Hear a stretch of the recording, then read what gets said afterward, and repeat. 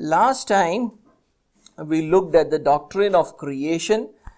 हमने पिछली बार सृष्टि के शिक्षा को देखा था. So we are going to look at the second part of it today. हाँ, आज हम सृष्टि की जो शिक्षा है उसके दूसरे भाग को हम देखेंगे. And in the very first verse of the Bible, Genesis chapter 1 verse 1, it is written that in the beginning God created the heavens and the earth. उत्पत्ति के पहले ही अध्याय और उसके पहले आयत में ऐसा लिखा है कि आदि में परमेश्वर ने स्वर्ग और पृथ्वी की सृष्टि की. And so we looked at the creation of the spiritual world, especially the creation of the angels last time. हमने पिछली बार आत्मिक जो दुनिया है, खासकर स्वर्गदूतों के बारे में हमने सीखा पिछली बार. And today we are going to focus on the material world. आज हम जो भौतिक जो दुनिया को बनाया उसके बारे में हम उसके ऊपर ध्यान देंगे. So the rest of the chapter in Genesis chapter 1 is giving us details about how the creation work was completed in 6 days. तो पहले जो उत्पत्ति का पहले अध्याय का जो बाकी का भाग है वो इस बात को दर्शाता है कि कैसे या विवरण देता है कि कैसे सृष्टि के काम को 6 दिन में पूरा किया गया. So now it is frequently debated whether the 6 days of creation were ordinary 24-hour days or not. अक्सर इस बात पर विवाद होता है कि क्या सृष्टि के 6 दिन साधारण 24 घंटे वाले दिन है या नहीं. So that's the debate that often happens. Geologists and evolutionists say that every day mentioned there in Genesis chapter 1 refers to a very long period of time. भूवैज्ञानिक और विकासवादी लोग ये कहते हैं कि उत्पत्ति के अंदर पहले अध्याय के अंदर जो दिन कहा गया है वो दिन जो है एक लंबे समय या काल को दर्शाता है. And that is also because the word day is not always used as a 24-hour day in the scriptures. क्योंकि वो जो शब्द है दिन वो अक्सर वचन के अंदर पवित्र शास्त्र के अंदर भी उसको एक 24 दिन के रूप में अक्सर देखा नहीं जाता. And we get an example of this in Genesis chapter 2 and verse 4 itself. I'll just let me see that. Genesis chapter 2 and verse 4. Now this verse uses the word day to refer to the entire time period of creation. यहाँ पर इस आयत के अंदर जो शब्द है दिन उसका इस्तेमाल किया गया है सृष्टि के पूरे समय काल को दर्शाने के लिए. यानी 6 दिन में जो काम हुआ, परमेश्वर ने जो काम किया वो 6 दिनों को वो दिन करके बोलता है. Let me just read it. It says, these are the generations of the heavens and the earth when they were created. And look what it says. In the day that the Lord God made the earth and the heavens. वो बोलता है कि आकाश और पृथ्वी की उत्पत्ति का वृत्तांत यह है कि जब वे उत्पन्न हुए, अर्थात जिस दिन, यानी दिन के बारे में बोला जा रहा है, जिस दिन यहोवा परमेश्वर ने पृथ्वी और आकाश को बनाया. From this verse onwards to Genesis chapter 4 and verse 26, the author is giving us an account of what happened to the creatures of the heavens and the earth. And it talks about how sin entered and almost destroyed it. तो यहाँ पर इस आयत से चौथे अध्याय के 26वें आयत तक लिखने वाला इस बात का विवरण देता है कि स्वर्ग और पृथ्वी के जीव जंतुओं की जिनकी सृष्टि हुई उनके साथ क्या हुआ. वो हमें दिखाता है कि कैसे पाप ने प्रवेश किया और लगभग इस जीव जंतुओं का नाश कर दिया. But here he uses the word day to refer to the entire 6 days of creation. यहाँ पर वो जो शब्द है दिन, वो 6 के 6 दिन, सृष्टि के जो 6 दिन है उसके लिए यहाँ पर वो इस्तेमाल करता है. So here is one use where the word day is referring to more than just one 24-hour day. यहाँ पर जो दिन का इस्तेमाल हो रहा है वो 24 घंटे के दिन के बारे में नहीं हो रहा है, 24 घंटे से ज्यादा की यहां पर बात हो रही है. Similar usage we find in Psalm chapter 50 and verse 15. Psalm chapter 50 and verse 15.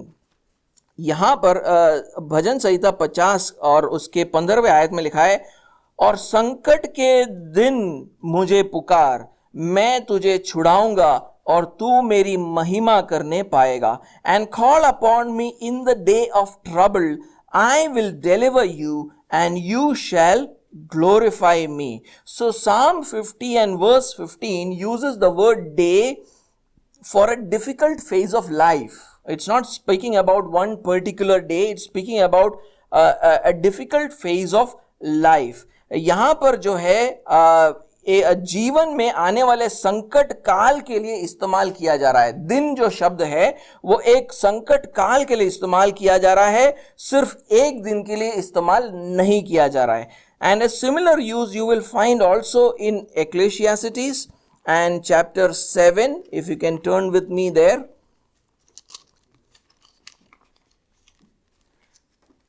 सभोपदेशक और उसका 7वां अध्याय और उसका 14वां आयत.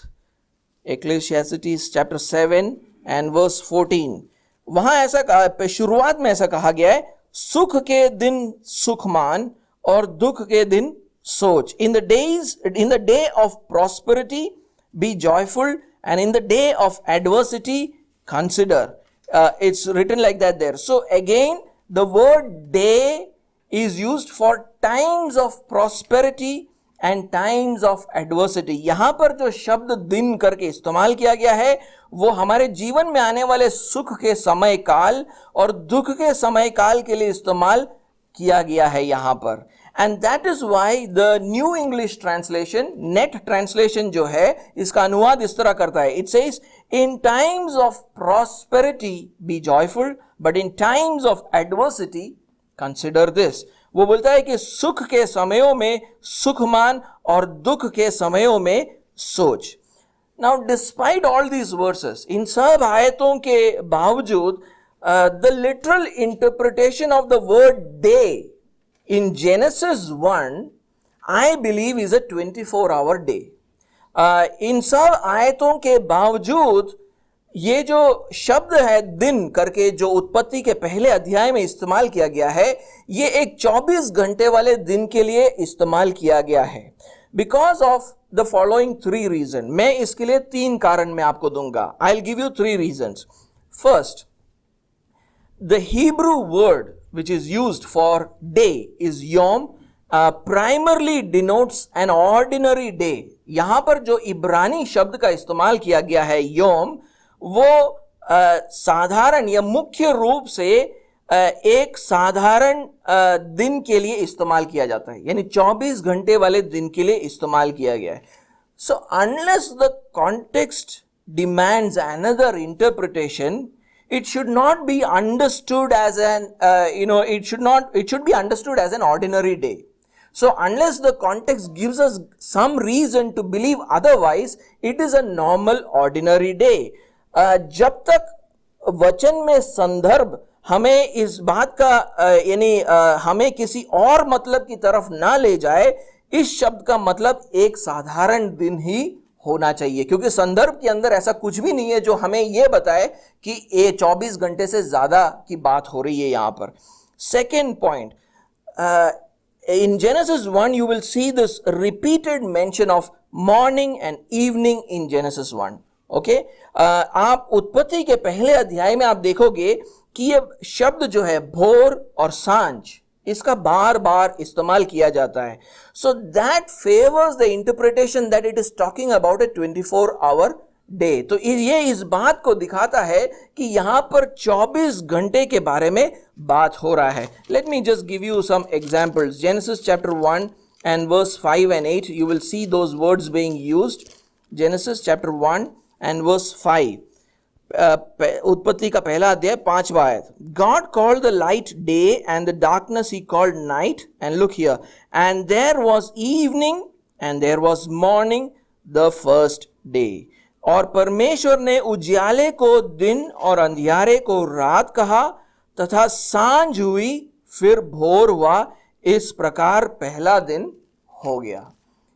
So the reason probably why they use evening first and morning is because for a Jew the beginning of the day happens evening time. 6 p.m. is the beginning of the day and it ends the next day at 6 p.m. So that's why evening and then day. Okay, so when you see that usage, evening and morning, it suggests a 24-hour day. जब वहां पर ये जो शब्दों का इस्तेमाल किया जाता है भोर और सांझ, वो इस बात को दर्शाता है कि शायद ये 24 घंटे वाले दिन के बारे में बात हो रहा है. The third reason, after creating everything in 6 days, यानी सब चीजों की सृष्टि 6 दिनों में करने के बाद, God blessed and sanctified the 7th day as a day of rest. परमेश्वर ने 7वें दिन को आशीष दिया और पवित्र दिन ठहराया और उसे विश्राम का दिन ठहराया. And we see that in Genesis chapter 2 and verse 1 to 3. हम एक बार उत्पत्ति के दूसरे अध्याय और पहले 3 आयत को देखेंगे. देखिए वहां क्या लिखा है. यों आकाश और पृथ्वी और उनकी सारी सेना का बनाना समाप्त हो गया और परमेश्वर ने अपना काम जिसे वह करता था 7वें दिन समाप्त किया और उसने अपने किए हुए सारे काम से 7वें दिन विश्राम किया और परमेश्वर ने 7वें दिन को आशीष दी और पवित्र ठहराया क्योंकि उसमें उसने सृष्टि की रचना के अपने सारे काम से विश्राम लिया. It says, thus the heavens and the earth were finished and all the host of them, and on the 7th day God finished his work that he had done, and he rested on the 7th day from all his work that he had done. So God blessed the 7th day and made it holy, because on it God rested from all his work that he had done in creation. And then in Exodus chapter 20, verse 9 to 11, God gives the same principle of work and rest to Israel. और उसके बाद जो है निर्गमन के किताब के अंदर 20वें अध्याय 9वें आयत से 11वें आयत में परमेश्वर ने इज़राइल को यही सिद्धांत दिया काम और विश्राम का. He said labor 6 days and rest on the 7th day. वो बोलता है कि 6 दिन काम करो और 7वें दिन को विश्राम करो. Let's just read that. Exodus and chapter 20 and verse 9 to 11. निर्गमन का 20वां अध्याय और उसका 9 से 11. वहां ऐसा लिखा है, 6 दिन तो तू परिश्रम करके अपना सब कामकाज करना, परंतु 7वां दिन तेरे परमेश्वर यहोवा के लिए विश्राम दिन है. उसमें न तो तू किसी भांति का कामकाज करना, और न तेरा बेटा, न तेरी बेटी, न तेरा दास, न तेरी दासी, न तेरे पशु, न कोई परदेसी जो तेरे फाटकों के भीतर हो, क्योंकि 6 दिन में, अब ये ध्यान दीजिए 11वें आयत को, क्योंकि 6 दिन में यहोवा ने आकाश और पृथ्वी और समुद्र और जो कुछ उनमें है सबको बनाया और 7वें दिन विश्राम किया. इस कारण यहोवा ने विश्राम दिन को आशीष दी और उसको पवित्र ठहराया. It says 6 days you shall labor and do all your work, but the 7th day is a Sabbath to the Lord your God.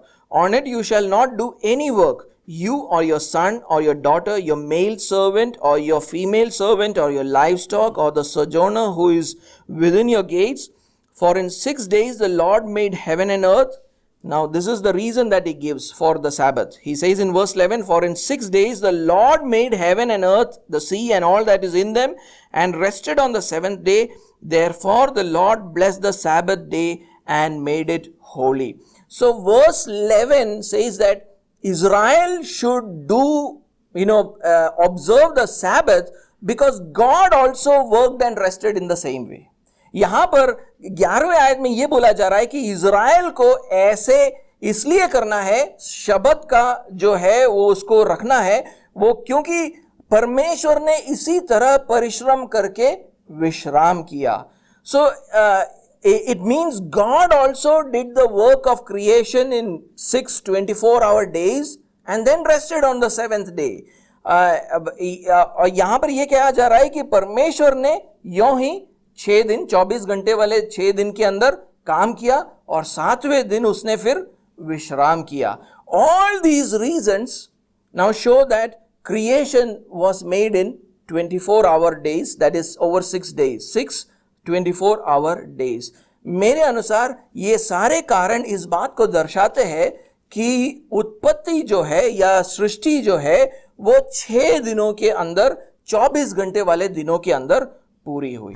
Let us now look at the work of creation. हम एक बार सृष्टि के कार्य को हम समझेंगे. On the first day, God created the light. पहले दिन पर परमेश्वर ने उजियाले को रचा. And he separated the light from the darkness. और उसने उजियाले को अंधियारे से अलग किया. In this way, day and night came into existence. और इस तरह दिन और रात की शुरुआत हुई. Let's read Genesis chapter 1 and verse 3 to 5. उत्पत्ति का पहला अध्याय 3 से 5 आयत तक पढ़ेंगे. जब परमेश्वर ने कहा उजियाला हो तो उजियाला हो गया. और परमेश्वर ने उजियाले को देखा कि अच्छा है. और परमेश्वर ने उजियाले को अंधियारे से अलग किया. और परमेश्वर ने उजियाले को दिन और अंधियारे को रात कहा. तथा सांझ हुई फिर भोर हुआ. इस प्रकार पहला दिन हो गया. And God said, let there be light. And there was light. And God saw that the light was good. And God separated the light from the darkness. God called the light day, and the darkness he called night. And there was evening and there was morning the first day. Now some people say that this contradicts with the idea that sun, moon and stars were created only on the 4th day. अब कुछ लोग ये बोलते हैं कि ये बात जो है इससे मेल नहीं खाता कि परमेश्वर ने सूरज, चांद और तारों को तो सिर्फ चौथे दिन पर बनाया था, तो उजियाला कहां से आया? So where did the light come from? But that is not the case. लेकिन ऐसा नहीं है इन बातों में कोई मेल नहीं है. Because sun, moon and stars themselves are not the light. सूरज, चांद और तारे अपने आप में उजियाला नहीं है. They are only light bearers. बल्कि वो सिर्फ उजियाले के वाहक है. They are just light bearers. They are containers. They themselves are not light. They are light bearers. वो उजियाले के वाहक है. उजियाले को उसके अंदर समेटते हैं. They merely contain the light which God created. वो सिर्फ परमेश्वर ने जिस उजियाले को बनाया उसको सिर्फ वो सम्मिलित करके रखते हैं. Now on the work of the second day was also a work of separation. दूसरे दिन का जो कार्य है वो भी अलग करने का एक काम था. The separation of the waters above from the waters below by the establishment of a firmament. यहां पर वो बोला जाता है कि परमेश्वर ने एक अंतर को बनाया. एक अंतर बनाकर उसके नीचे के जल को उसके ऊपर के जल से अलग किया. Or as the NRSV translation says about the firmament, that it is a dome. Or the net and the ESV translation says it is an expanse. Firmament, dome, expanse. What is the meaning of all this? यहां पर जो अंतर शब्द का इस्तेमाल किया है इसका मतलब क्या है? Now many translations actually call it heaven because that is what the literal Hebrew word says, but it is actually the sky. उसका मतलब है, अंतर का मतलब है आकाश. That is why in verse 8 the NRSV translation says God called the dome sky. The net translation says God called the expanse sky. और उसीलिए 8वें आयत में आप देखोगे कि ऐसा लिखा है, परमेश्वर ने उस अंतर को आकाश कहा. Or you can also call it the atmosphere or the space. So the sky can also be translated as the atmosphere or space. यहाँ पर आप उस आकाश को वायुमंडल या अंतरिक्ष भी कह सकते हो.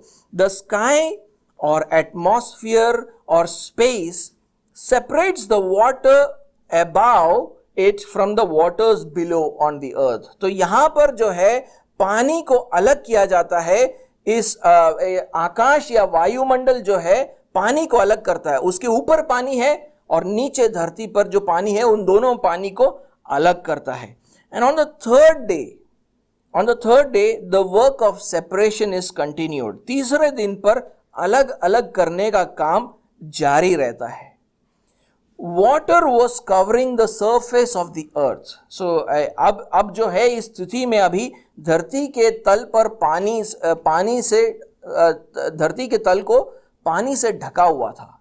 There was water everywhere over the earth. Now on the third day God separates the water on the earth. So यहाँ पर वो परमेश्वर ने पृथ्वी के पानी को अलग किया and he calls it sea. और वो उसे समुद्र कहता है. And the dry land which appeared when he separated the waters into one space, he calls it earth. तो यहाँ पर जो पानी को अलग करने के बाद जो पृथ्वी उभर कर आता है उसको उसने पृथ्वी कहा. Now let's read that in verse 9 to 10. 9वें आयत से 10वें आयत को पढ़ेंगे. फिर परमेश्वर ने कहा, आकाश के नीचे का जल एक स्थान में इकट्ठा हो जाए और सूखी भूमि दिखाई दे. और वैसा ही हो गया. परमेश्वर ने सूखी भूमि को पृथ्वी कहा तथा जो जल इकट्ठा हुआ उसको उसने समुद्र कहा. और परमेश्वर ने देखा कि अच्छा है. And God said, let the waters under the heavens be gathered together into one place and let the dry land appear. And it was so. God called the dry land earth, and the waters that were gathered together he called seas. And God saw that it was good. So, and then not only this, on the third day, he also establishes vegetation, plants and trees on the earth on the third day. तीसरे दिन पे वो यही नहीं पर पृथ्वी पर घास, पेड़ और वृक्षों को भी स्थापित करता है. Let's read verse 11 to 13. 11वें आयत से 13वें आयत को पढ़े. फिर परमेश्वर ने कहा, पृथ्वी से हरी घास तथा बीज वाले छोटे छोटे पेड़ और फलदायी वृक्ष भी जिनके बीज उन्हीं में एक एक की जाति के अनुसार है पृथ्वी पर उगे. और वैसा ही हो गया. इस प्रकार पृथ्वी से हरी घास और छोटे छोटे पेड़ जिनमें अपनी अपनी जाति के अनुसार बीज होता है और फलदायी वृक्ष जिनके बीज एक एक की जाति के अनुसार उन्हीं में होते हैं उगे. और परमेश्वर ने देखा कि अच्छा है. तथा सांझ हुई, फिर भोर हुआ. इस प्रकार तीसरा दिन हो गया. And God says, let the earth sprout vegetation, plant yielding seed, and fruit trees bearing fruit in which is their seed, each according to its kind, on the earth. And it was so.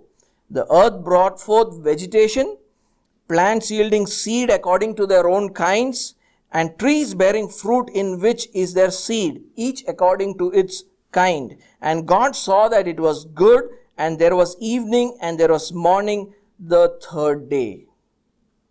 So the 3 days of creation are over. सृष्टि के 3 दिन पूरे हो चुके हैं. So after 3 days of creation, a structure is complete.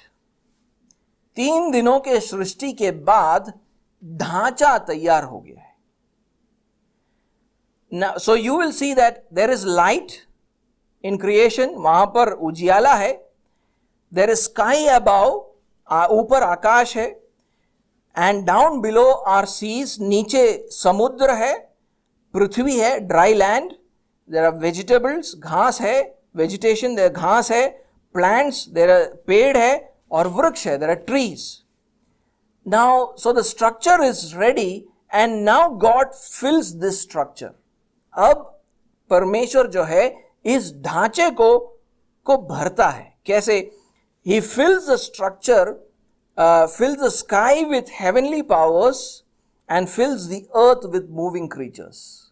वो आकाश के अंदर खगोलीय ताकतों को रखता है और पृथ्वी पर चलते फिरते प्राणियों को रखता है.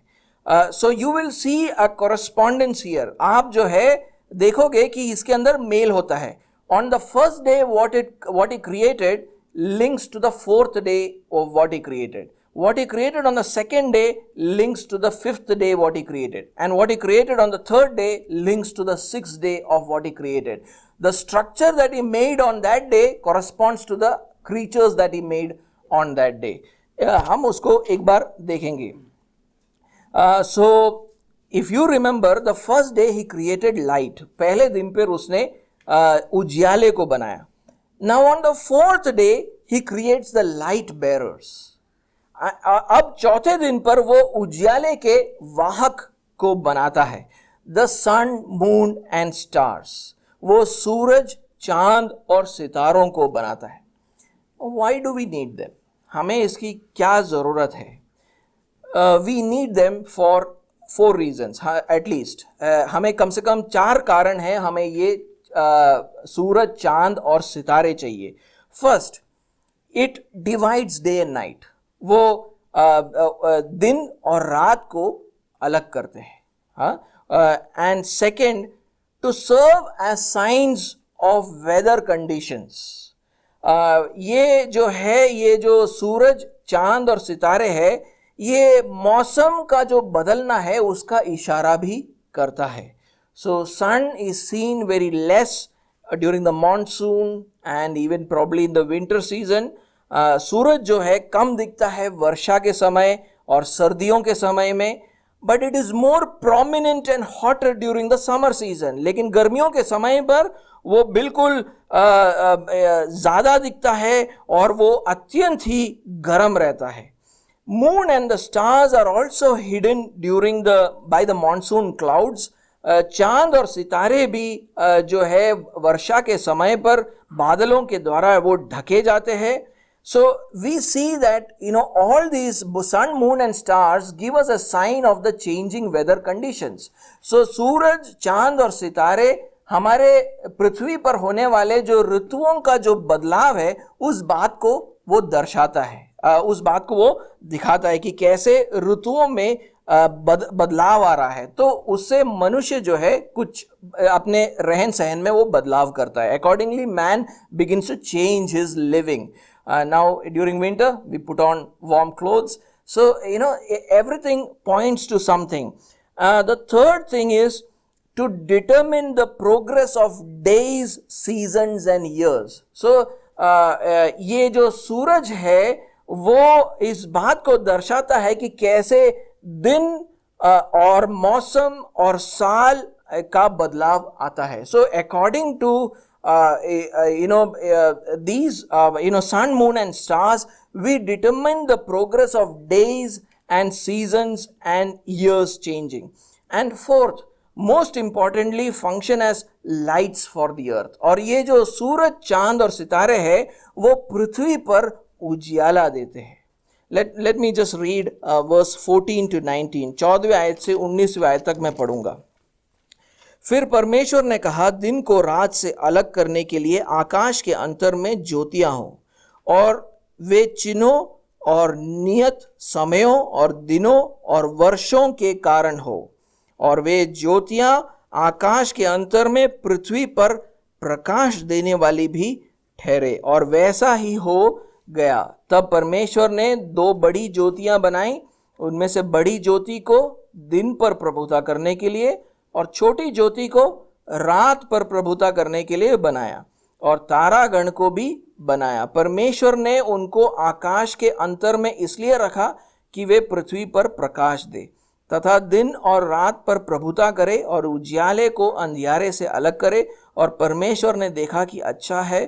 तथा सांझ हुई, फिर भोर हुआ. इस प्रकार चौथा दिन हो गया. So it says, and God said, let there be lights in the expanse of the heavens to separate the day from the night, and let them be for signs and for seasons and for days and years, and let them be lights in the expanse of the heavens to give light upon the earth. And it was so. And God made the 2 great lights. 2 great lights mean the sun and the moon. The greater light to rule the day, and the lesser light to rule the night, and the stars.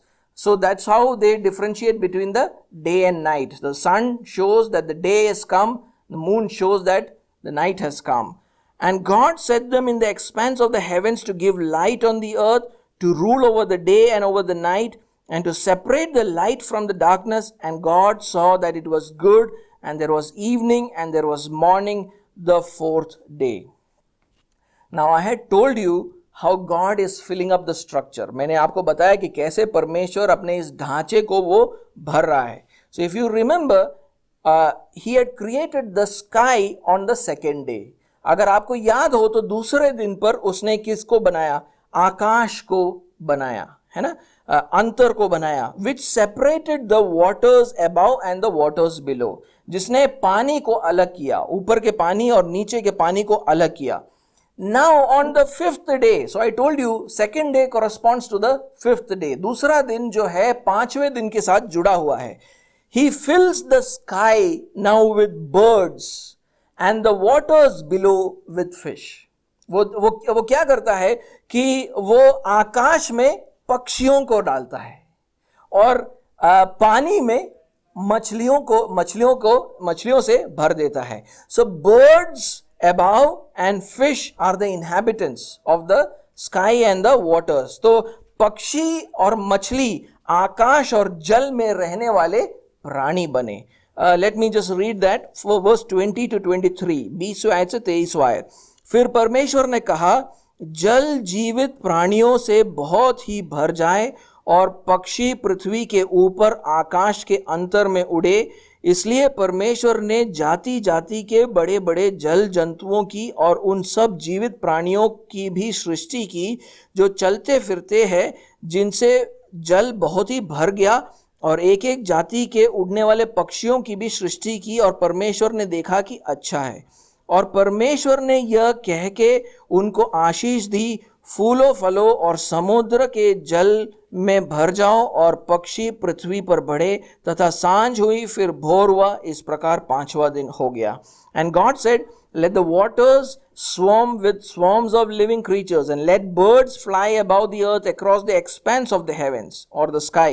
So God created the great sea creatures and every living creature that moves, with which the waters swarm, according to their kinds, and every winged bird according to its kind. And God saw that it was good. And God blessed them, saying, be fruitful and multiply and fill the waters in the seas, and let birds multiply on the earth. And there was evening and there was morning, the fifth day. In the same way, God filled the earth with land animals and human beings. और इसके बाद परमेश्वर पृथ्वी को जानवरों से और मनुष्यों से वो भर देता है. If you remember, on the third day, he had separated the water on the earth and called it sea. अगर आपको याद है तो तीसरे दिन पे उसने क्या किया? पानी को अलग एक जगह पर कर उसको समुद्र बताया. And the dry land he called the earth. और जो सूखी जमीन थी उसको पृथ्वी कहा. The sea is now already filled with fishes. समुद्र में ऑलरेडी मछलियां भर चुकी है. Now God fills the dry land. अब जो है वो पृथ्वी को भरता है. किससे? जानवरों से और मनुष्यों से. He fills it with land animals and human beings. Now human beings were created last. मनुष्यों को आखिरी में बनाया गया. Human beings are the crown of God's creation. मनुष्य जो है परमेश्वर के सृष्टि के ताज है. Because unlike all other creatures, human beings were created in the image of God. बाकी सब सृष्टि से अलग मनुष्यों को परमेश्वर के स्वरूप में बनाया गया. कोई और सृष्टि को परमेश्वर के स्वरूप में नहीं बनाया गया. So only human beings were created in the image of God. And human beings, unlike all creatures, they were created in the image of God. And what that means is that the certain attributes of God were seen in man. तो इसका मतलब ये है, परमेश्वर के स्वरूप में बनाने का एक मतलब ये है कि परमेश्वर के कुछ गुण, सारे गुण नहीं, ओके, कुछ गुण हम मनुष्यों के अंदर देख पाते हैं. परमेश्वर के एक झलक हम मनुष्यों के अंदर देख पाते हैं. And not only that, they were given power to rule over the entire creation. यही नहीं, उनको सारे सृष्टि के ऊपर राज्य करने का ताकत भी उनको दिया गया. Let's read verse 24 to 26. हम 24 से 26 तक पढ़ेंगे. फिर परमेश्वर ने कहा, पृथ्वी से एक एक जाति के जीवित प्राणी अर्थात घरेलू पशु और रेंगने वाले जंतु और पृथ्वी के वन पशु जाति जाति के अनुसार उत्पन्न हो, और वैसा ही हो गया. इस प्रकार परमेश्वर ने पृथ्वी के जाति जाति के वन पशुओं को और जाति जाति के घरेलू पशुओं को और जाति जाति के भूमि पर सब रेंगने वाले जंतुओं को बनाया, और परमेश्वर ने देखा कि अच्छा है. फिर परमेश्वर ने कहा, हम मनुष्य को अपने स्वरूप के अनुसार अपनी समानता में बनाए, और वे समुद्र की मछलियों और आकाश के पक्षियों और घरेलू पशुओं और सारे पृथ्वी पर और सब रेंगने वाले जंतुओं पर जो पृथ्वी पर रेंगते हैं अधिकार रखे. It says, and God said, let the earth bring forth living creatures according to their kinds, livestock and creeping things and beasts of the earth according to their kinds. And it was so. And God made the beasts of the earth according to their kinds, and the livestock according to their kinds, and everything that creeps on the ground according to its kind. And God saw that it was good. Then God said, let us make man in our image, after our likeness, and let them have dominion over the fish of the sea, and over the birds of the heavens, and over the livestock, and over all the earth, and over every creeping thing that creeps on the earth. So God created, God created human beings, but He created them from the dust of the earth. परमेश्वर ने मनुष्यों को बनाया, लेकिन मनुष्यों को भूमि के मिट्टी से बनाया. And then God breathed life into him. और फिर उसके बाद परमेश्वर ने उनमें जीवन का श्वास फूंक दिया. We read that in Genesis chapter 2 and verse 7. उत्पत्ति के दूसरे अध्याय 7वें आयत में वो लिखा है, तब यहोवा परमेश्वर ने आदम को भूमि की मिट्टी से रचा और उसके नथनों में जीवन का श्वास फूंक दिया, और आदम जीवित प्राणी बन गया. Then the Lord God formed the man of dust from the ground and breathed into his nostrils the breath of life, and the man became a living creature. And as I said earlier, God after this rested from his creative work on the seventh day. और जैसे कि मैंने पहले आपको बताया, ये सारे चीजों को करने के बाद परमेश्वर सातवें दिन को सृष्टि के काम से विश्राम करता है. We see that in Genesis 2 and verse 2. We have already read that, so I'm not going to read that. So, what should this doctrine cause us to do? इस शिक्षा को पाने के बाद हमारी क्या प्रतिक्रिया होनी चाहिए? After listening to all this, what should be our reaction? As I told you last time, God created the world to manifest His glory. जैसे मैंने पिछली बार आपको बोला, परमेश्वर ने सारे चीजों की रचना इसलिए की ताकि वो अपने महिमा को दर्शाए. And He wanted us to proclaim His glory. और वो चाहता था कि हम उसकी महिमा को करें. Let me just show you a few verses where it is written. मैं यशाया निकालूंगा. Let's take out Isaiah. Isaiah chapter 43. यशाया का 43वां अध्याय और उसका 7वां आयत. Isaiah 43 and verse 7. Everyone who is called by my name, whom I created for my glory, whom I formed and made. So, everything He created was for His glory. Everyone who is called by my name, whom I created for my glory, whom I formed and made. So, God created us for His glory.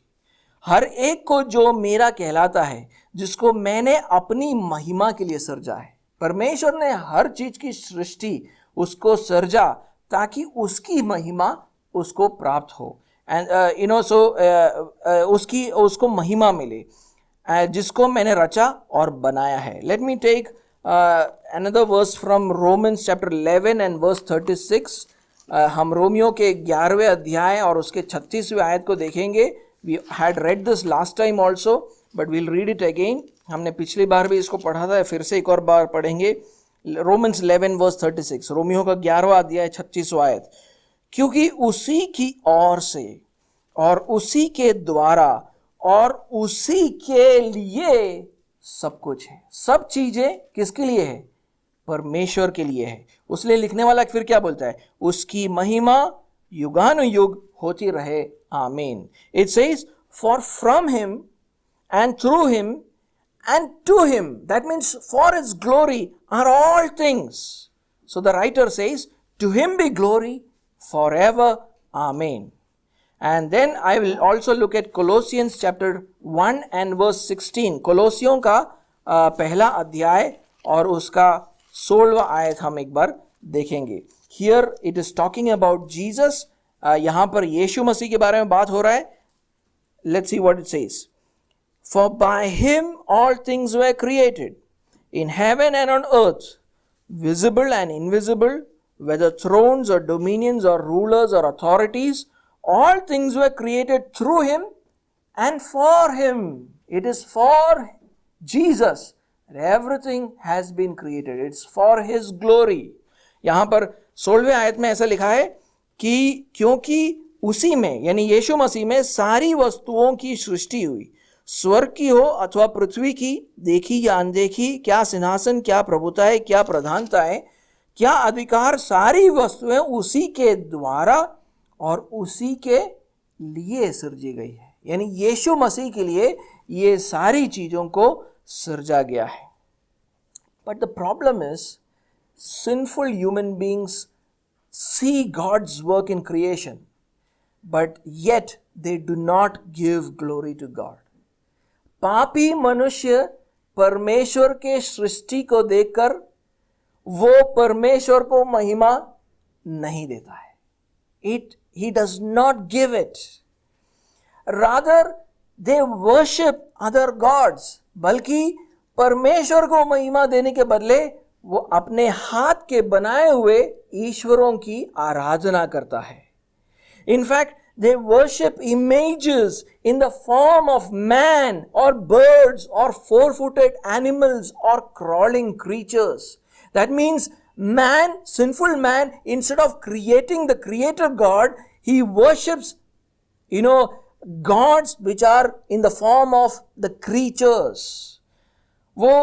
बल्कि वो नाशवान मनुष्यों और पक्षियों और रेंगने वाले जंतुओं के मूर्तियों की आराधना वो करता है। And because he does that, the wrath of God is upon them. और क्योंकि वो इन मूर्तियों की आराधना करता है, परमेश्वर का क्रोध उनके ऊपर है। Where do we find this? Let's turn to Romans. एक बार हम देखें रोमियो के पहले अध्याय में क्या लिखा गया है। Let's turn to Romans chapter 1 verse 18 to 23. 18वें आयत से 23वां आयत।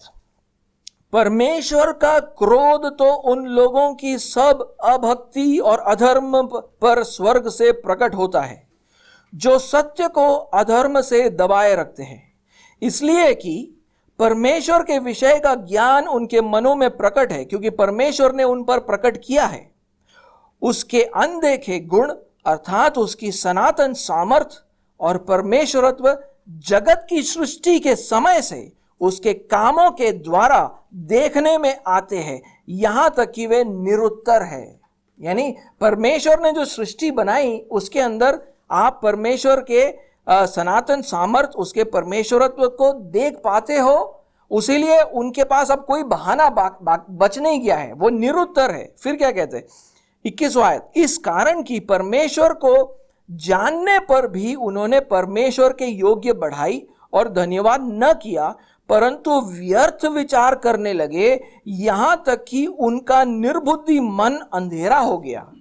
वे अपने आप को बुद्धिमान जताकर मूर्ख बन गए और अविनाशी परमेश्वर की महिमा को नाशवान मनुष्य और पक्षियों और चौपायों और रेंगने वाले जंतुओं की मूरत की समानता में बदल डाला। It says, for the wrath of God is revealed from heaven against all ungodliness and unrighteousness of men, who by their unrighteousness suppress the truth. How do they suppress the truth? For what can be known about God is plain to them, because God has shown it to them. They have seen the glory of God. Where? It says, in verse 20, for his invisible attributes, namely his eternal power and divine nature, has been clearly perceived ever since the creation of the world in the things that have been made. So they are without excuse.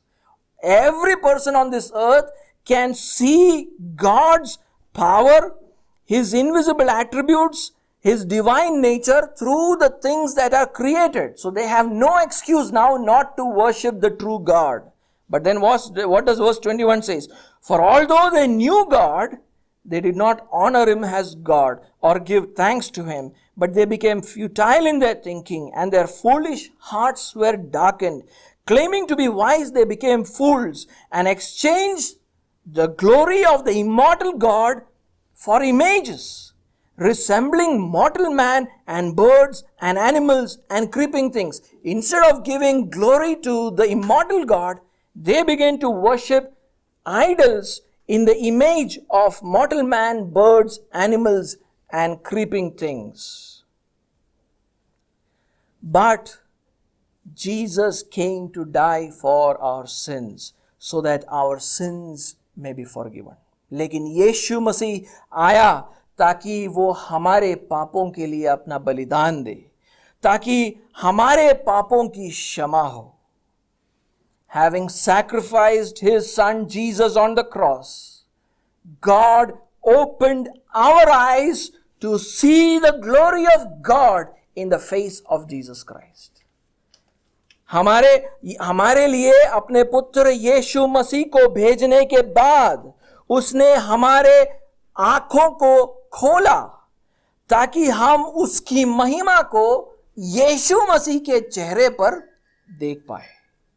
And that's what is, and we became a new creation, और हम एक नई सृष्टि बन गए. I'll take you to a last verse. एक आखिरी आयत में जाना चाहूंगा. 2 Corinthians chapter 4 and verse 6. दूसरा कुरिन्ती चौथा अध्याय और छठवां आयत. Look what it says there. वहां पर क्या लिखा है? इसलिए कि परमेश्वर ही है जिसने कहा अंधकार में से ज्योति चमके. ये इसने कब कहा था? उत्पत्ति में कहा था. लेकिन यहां पर उत्पत्ति की बात नहीं हो रही है. परमेश्वर ने बोला अंधियारे में से ज्योति चमके. कहां बोला उसने और वही हमारे हृदयों में चमका. यानी हमारे हृदयों में अंधियारा था. परमेश्वर ने बोला कि हमारे हृदयों में उजियाला हो, और उजियाला हो गया. और फिर क्या हुआ? परमेश्वर की महिमा की पहचान की ज्योति यीशु मसीह के चेहरे में प्रकाशमान हो गया. हमने परमेश्वर की महिमा को यीशु मसीह के चेहरे पर देखा. हमने परमेश्वर के महिमा को समझ लिया. It says, for God who said, let light shine out of darkness. When did he say that? He said that in Genesis. But this is not talking about Genesis. It is talking about another instance where it says, let light shine out of darkness has shone in our hearts to give the light. That means our hearts, because of our sin, were darkened. There was no light in there. And God spoke light into our dark hearts so that we were able to see what? To give the light of the knowledge of the glory of God in the face of Jesus Christ. So when God spoke into our hearts, let there be light. And there was light in our hearts. And we who were earlier blinded by sin, we were able to see the glory of God in the face of Jesus Christ. And that is why we, the church, is now able to see the creation as the work of the triune God, and we glorify him. उसीलिए आज कलीसिया क्या करती है? इस सृष्टिकर्ता परमेश्वर पिता, परमेश्वर पुत्र और पवित्र आत्मा की महिमा करती है. So come, let us worship God, because that's the only response that we can give to this Creator God Almighty God. यही हमारी प्रतिक्रिया होनी चाहिए इस सृष्टि को देखकर कि हम उसको महिमा और स्तुति दें।